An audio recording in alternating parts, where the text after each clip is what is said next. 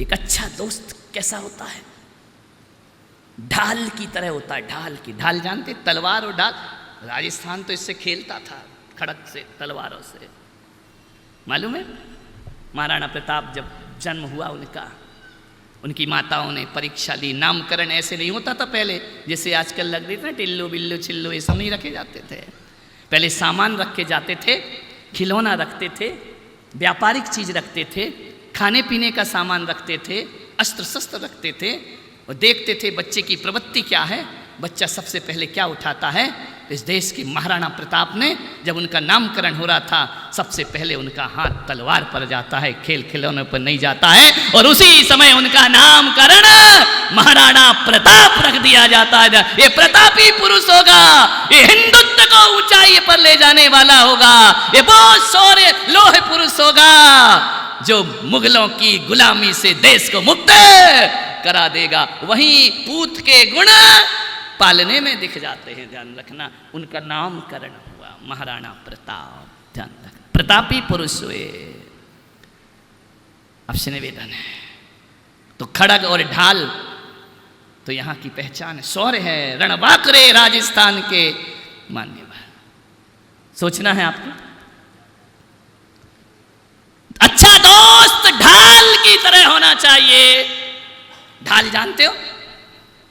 ढाल हमेशा पीठ के पीछे रहती है और खड़ग हमेशा आगे रहती है।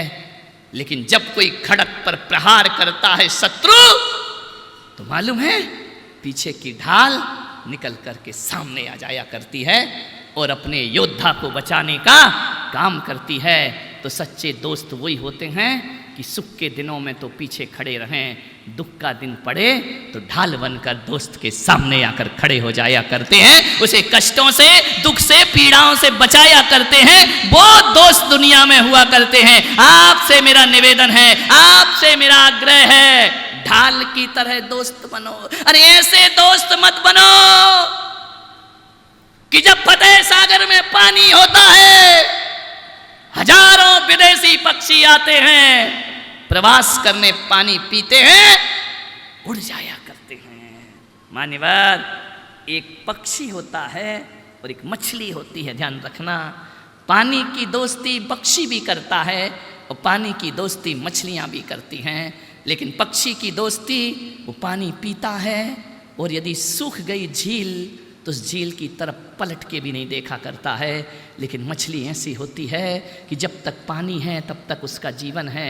जिस दिन झील सूखती है, अपने दोस्त के लिए प्राणों की आहुतियां भी दे दिया करती है। वो मछली की दोस्ती हुआ करती है। दोस्ती मछली की जैसी होना चाहिए, पानी ही उसका जीवन बन जाना चाहिए, पानी ही उसका, स्वार्थी दोस्त नहीं बनने का ध्यान रखना, एक समर्पित दोस्त बनने का प्रयास करना।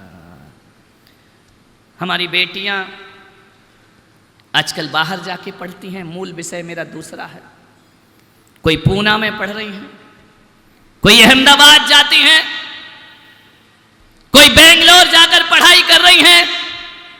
माँ बाप सारी व्यवस्था करते हैं, अपने अरमानों का गला घोंट कर तुम्हारे अरमानों को पूरा करते हैं, अपने सुख साधन में कमी करते हैं, तुम्हारी पढ़ाई पूरी कराया करते हैं। बेटे भी बाहर जाके पढ़ते हैं। ऋषभदेव में मुझे बड़ी क्लास के स्टूडेंट दिखाई नहीं देते, सब बाहर पढ़ रहे हैं। मान्यवर, पढ़ना चाहिए, मेरा कोई विरोध नहीं है, लेकिन बेटियों को याद रखना चाहिए, बेटों को याद रखना चाहिए कि माँ बाप किस तरह से हमारे पढ़ाने की व्यवस्था करते हैं। जिनके पास होता है वो पैसा देते हैं, जिनके पास नहीं होता वो लोन लेकर के पढ़ाया करते हैं, कर्ज लेकर के पढ़ाया करते हैं। बेटे को पढ़ाने के लिए घर भी गिरवी रखना पड़े तो माँ बाप रख दिया करते हैं कि हमारे बच्चे का भविष्य बन जाना चाहिए। लेकिन मैं उन औलादों से इतना निवेदन करना चाहता हूं कि जब माँ बाप तुम्हें पढ़ने के लिए वहां भेजते हैं, एक विश्वास पे भेजते हैं, एक आस्था पर भेजा करते हैं, लेकिन जब वहां जाकर तुम पढ़ाई से समझौता करते हो और यारी दोस्ती में जिंदगी गुजारते हो, तो माँ बाप का इससे बड़ा विश्वासघात कोई दूसरा नहीं हुआ करता है। मान्यवर, एक लड़की बेंगलोर में पढ़ने गई, सॉफ्टवेयर इंजीनियर बनना था उसे। पढ़ाई कर रही थी, पढ़ते पढ़ते उस लड़की को एक दोस्त मिल गया। कॉलेज में पढ़ेंगे, हॉस्टल में रहेंगे, दोस्ती हो जाती है। दोनों बहुत अच्छे दोस्त बन गए। रोज मोबाइल पर चैटिंग होती, रोज मिलते, रोज बातचीत करते। लड़की केवल दोस्ती कर रही थी, लड़का दोस्ती नहीं, उससे प्यार भी कर बैठा। क्या करे, छोरे होते ही ऐसे, लड़कों की जात ही बुरी है, क्या करें। कुछ करो कुछ करने लगते हैं। एक दिन लड़के ने उस लड़की से कहा, तू अपने माँ बाप से बात कर ले, अपनी शादी करना है। लड़की ने कहा, तुम पागल हो गए क्या, शादी करना है? बोले 3 साल से तेरे साथ हूं, तेरी हर तरह से हेल्प कर रहा हूं, तेरे हर सुख दुख में काम आ रहा हूं, क्यों ना हम जीवन साथी बन जाएं। हमने एक दूसरे के विचारों को समझ लिया है। लड़की बोली, नहीं, मैंने केवल तुमसे दोस्ती की है, शादी विवाह का मैंने कभी विचार भी नहीं लाया, सोचा भी नहीं। लड़के ने कहा, सोच ले। बोले, नहीं, मैं ये शादी तुमसे नहीं कर सकती हूं, केवल हमारे तुम्हारे दोस्ती है, मित्रता है, तुम अच्छे मित्र हो, तुम मेरा हेल्प करते हो, मैं तुम्हारी हेल्प करती हूं, इसका मतलब ये तो नहीं कि हमारी तुम्हारी शादी हो जाए। लड़के ने कहा, नहीं, मैं तो 3 साल से तुझसे बहुत प्यार करता हूं, तेरे बिना जीना मुश्किल है। लड़के ने कहा, मैंने ऐसा कभी सोचा ही नहीं है, मेरे मन में कभी ऐसे विचार भी नहीं आए हैं। बोले, नहीं आए हैं तो तुझे दिक्कत क्या है मेरे साथ? अरे बोले, नहीं है तो नहीं है, उसमें क्या कर सकते हो? लड़के ने कहा, ध्यान रखना, बात बढ़ती गई, बहस बढ़ती गई। लड़की ने कहा, चाहे कुछ भी हो जाए, मैं तुझसे शादी नहीं कर, शादी नहीं होगी, दोस्ती हम जिंदगी भर निभाएंगे। लड़के ने कहा, नहीं, शादी तो तुझसे ही होगी, यदि तू मेरे से शादी नहीं कर पाई तो फिर किसी और से भी शादी नहीं कर पाएगी, ध्यान रखना। मान्यवर, लड़की ने बहुत समझाया, नहीं माना। लड़की दुखी हो गई कि मैं पीछा कैसे छुड़ाऊं। बेटियों से निवेदन करूंगा, गोरी चमड़ी और सुंदर रूप देखकर दोस्ती मत कर लेना किसी से, मीठी मीठी बातों में मत फंस जाना जा करके, नहीं तो ये छोरे शुरू में तो बहुत मीठा मीठा बोलते हैं, बाद में फिर क्या दशा होती है वो तुम नहीं जानते हो। पहले तो कहते कि आसमान से तारे तोड़कर लाऊंगा, उसके बाद रामलाल बाजार से सब्जी नहीं लाता है, ध्यान रखना। तारे की तो बात छोड़ दो, वो सब्जी भी तुम्हें लाना पड़ती है। उसके साथ यही हुआ। उसने कहा, मैं तुमसे शादी नहीं कर सकती हूं। लड़के ने कहा, करना पड़ेगी। बोले, नहीं हो सकती है, जबरदस्ती का सौदा नहीं होता है।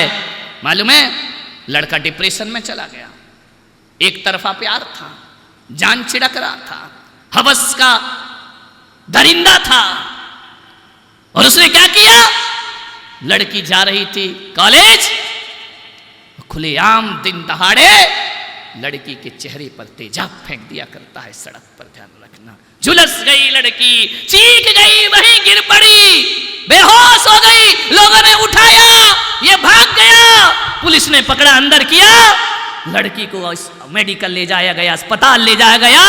इतनी सुंदर लड़की, इतनी खूबसूरत लड़की, एक तेजाब के छींटों में पूरा चेहरा उसका विभत्स हो गया। प्लास्टिक सर्जरी की गई, उसका इलाज किया गया। जब पट्टी खुली, आईने में जब देखा तो अपने चेहरे से भयभीत हो गई वो लड़की कि कहां मेरा सुंदर चेहरा था, कहां आज ये विभत्स रूप, मेरा पूरा चेहरा बदल गया। मान्यवर, लड़के को जेल हो गई। अरे वो जेल तो साल 6 महीने में छूट जाएगी, ये जिंदगी भर का दाग जो तुझे मिला है ये तेरा कभी छूटने वाला, पूरी जिंदगी नरक बन गई। एक लड़की की थोड़ी सी भूल में मेरे भाई, मैं बेटियों से निवेदन कर रहा हूं, बहुत सोच समझ के बात करो। लेकिन जब आप अपने यौवन के चढ़ाव पर होते हो तो कहा जाता है प्यार अंधा होता है, अंधा नहीं होता, जिंदगी को बर्बाद भी कर दिया करता है। काश लड़की ने उससे दोस्ती नहीं की होती तो आज उसकी ये दशा नहीं होती। ध्यान रखना, जैन लड़की, पूरा चेहरा उसका झुलस गया, ध्यान रखना है। कहीं की नहीं रही वो लड़की। अब उससे कोई भी शादी करने को तैयार नहीं। अब तो वो जो हवस का दरिंदा था ना, वो भी करने को तैयार नहीं शादी। एक भूल, एक बात याद रखना, पल लम्हों की खता सदियों को सजा मिला करती है, ध्यान रखिए। ऐसे दोस्त मत बनाओ, ऐसे व्यक्ति को दोस्त मत बनाना जो तुम्हारी धन दौलत, तुम्हारे रूप रंग से प्यार करता हो। दोस्त तो वो होना चाहिए जो हमारे आभाव और हमारी बदसूरती से भी प्यार करता हो, ध्यान रखना।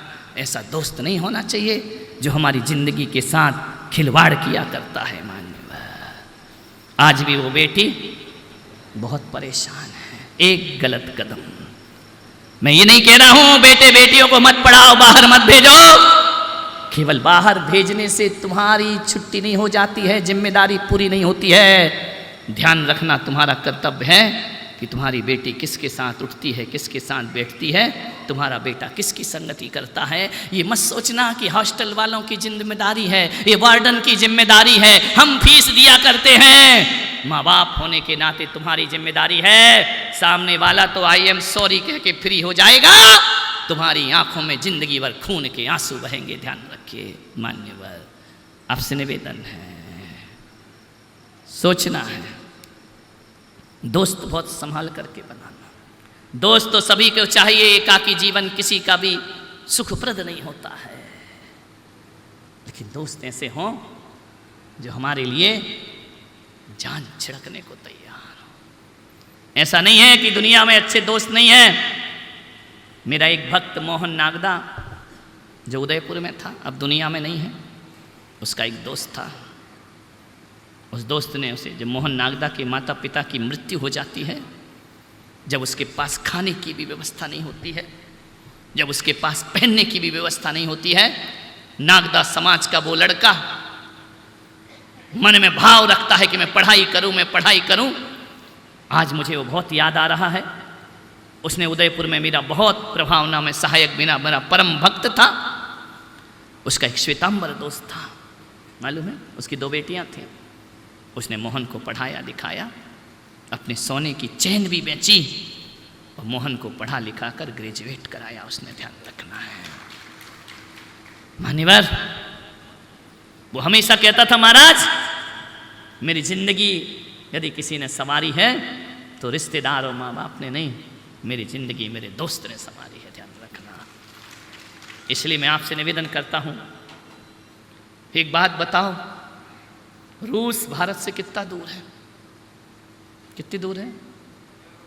बोलो रे। पाकिस्तान भारत से कितना दूर है? लगा हुआ है ना मेरे भाई। पाकिस्तान पास होकर भी हमसे बहुत दूर है और रूस दूर होकर भी हमसे बहुत पास है। बांग्लादेश के हालात, हजारों हिंदुओं को बेघर किया जा रहा है, उन्हें मारा जा रहा है, शोषित किया जा रहा है, मंदिरों को तोड़ा जा रहा है। मैं आज धन्यवाद देना चाहता हूं भारत सरकार का, ध्यान रखना, उसने अपने हिंदुओं के लिए दरवाजे खोल दिए हैं कि आ जाओ, अपने देश में वापस आ जाओ, ध्यान रखना है, मत रहो उस देश में। मालूम है, भूल गया बांग्लादेश। हाँ, यदि बांग्लादेश को देश का दर्जा मिला है तो हिंदुस्तान की दम पर मिला, वरना तुम तो गुलाम बने जी रहे थे, ध्यान रखना है। ये भारत श्रीमती इंदिरा गांधी ने बांग्लादेश को स्वतंत्रता प्रदान कराई, ध्यान रखना। आज उस बांग्लादेश में हिंदुओं के साथ दुर्व्यवहार हो रहा है। मैं धन्यवाद दूंगा भारत सरकार को, लेकिन एक अपील और है मेरी आपसे कि आज बांग्लादेश में कुछ घटा तो हमने कहा हिंदू अपने देश वापस आ जाए। पाकिस्तान में अत्याचार होगा, हम अपने हिंदुओं को वापस हिंदुस्तान में बुला लेंगे। अमेरिका में अत्याचार होगा, हम वापस बुला लेंगे। लेकिन एक बात याद रखो भारत के लोगों, कि जो आज बांग्लादेश में घटा है वो कल हिंदुस्तान में घट गया तो हम हिंदुओं को कहां भेजेंगे मेरे भाई। आपसे मेरा निवेदन है, कौन से देश तुमको शरण देगा? आज पूरे विश्व में कहीं भी हिंदू पर कुछ हो, हमारा भारत अपना लेगा, हमें कौन अपनाएगा? यदि ऐसी स्थिति हमारे देश में हो गई, सोचने का विषय है, चिंतन का विषय है।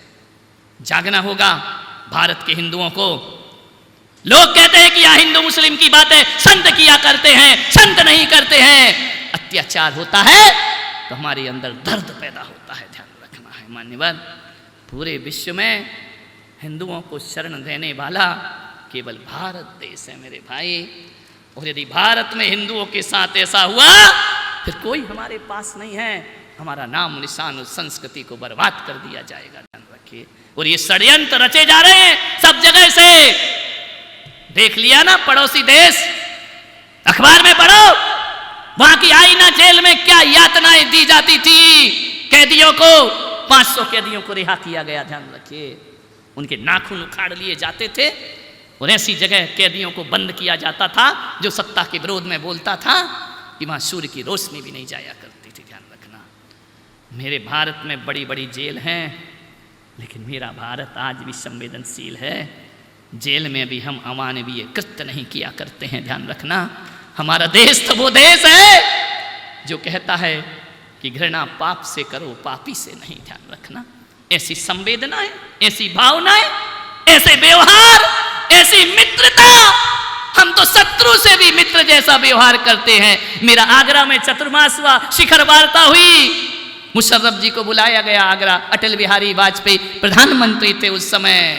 हमने दोस्ती का हाथ फैलाया, उनने करगिल का युद्ध सौंप दिया हमें, ध्यान रखना पड़ोस में। हमने बस भेजी, तुमने पीठ पीछे छुरा भोंक दिया हमारे ऊपर। हमेशा इन लोगों ने हमारे साथ बदसलूकी की है, ध्यान रखिए। भारत का हिंदू जागृत हो जाए, अपनी संस्कृति को बचाना है, सभ्यता को बचाना है। पूरे देश के हिंदू को एक होना पड़ेगा, हिंदुस्तान को मजबूत करना पड़ेगा, भारत को मजबूत करना पड़ेगा।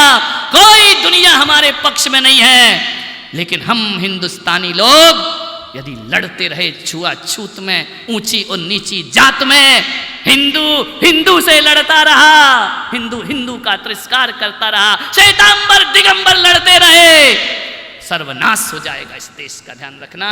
यदि हम आपस में लड़ेंगे पड़ोसी हम पे कब्जा करेगा, ध्यान रखिए। अपनी शक्ति को मजबूत बनाएं, मित्रता के साथ रहें। आज मैंने दोस्ती का संदेश दिया है आपको, ध्यान रखिए। कोई रिश्ता निभाओ या ना निभाओ, दोस्ती का रिश्ता निभाओ। राज्यसभा, विधानसभा, लोकसभा वैचारिक मतभेद रखे, लेकिन मनभेद ना रखे। यदि कोई भी पार्टी मन से एक दूसरे का सम्मान करेगी, दुनिया की किसी देश की ताकत नहीं जो मेरे हिंदुस्तान को बुरी नज़र से उठाकर देख सके, ध्यान रखिए। हम अपने दल पर मजबूत होंगे, मित्रता के व्यवहार रखिए। मैं आभार भी मानता हूँ भारत सरकार का, और आप सबको जागृत भी कर रहा हूँ कि अपनी ताकत को पहचानो, अपने भविष्य को बचाने का प्रयास करो। आप सबने सुना, अनुग्रहित हूँ।